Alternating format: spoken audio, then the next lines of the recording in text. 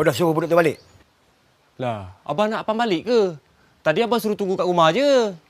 So, bilalah telinga kau ni nak dengar? Bang, semua kena bayar bang. Mana ada free. Kalau abang nak, saya pergi beli kejap lah. Tapi berapa banyak abang nak? Tapi lambat sikit bang sebab saya tak ada motor. Saya kena naik bas. Aku cakap dengan kau. Kau cakap ke budak tu suruh dia balik? Rumah dia belakang ni je.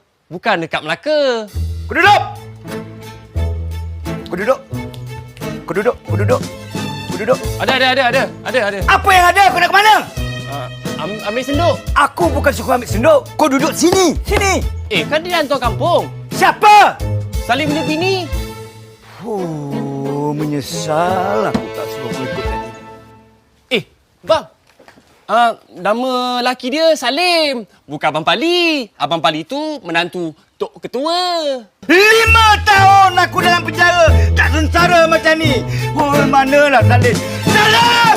Cepat balik! Abang nak Abang balik? Diam!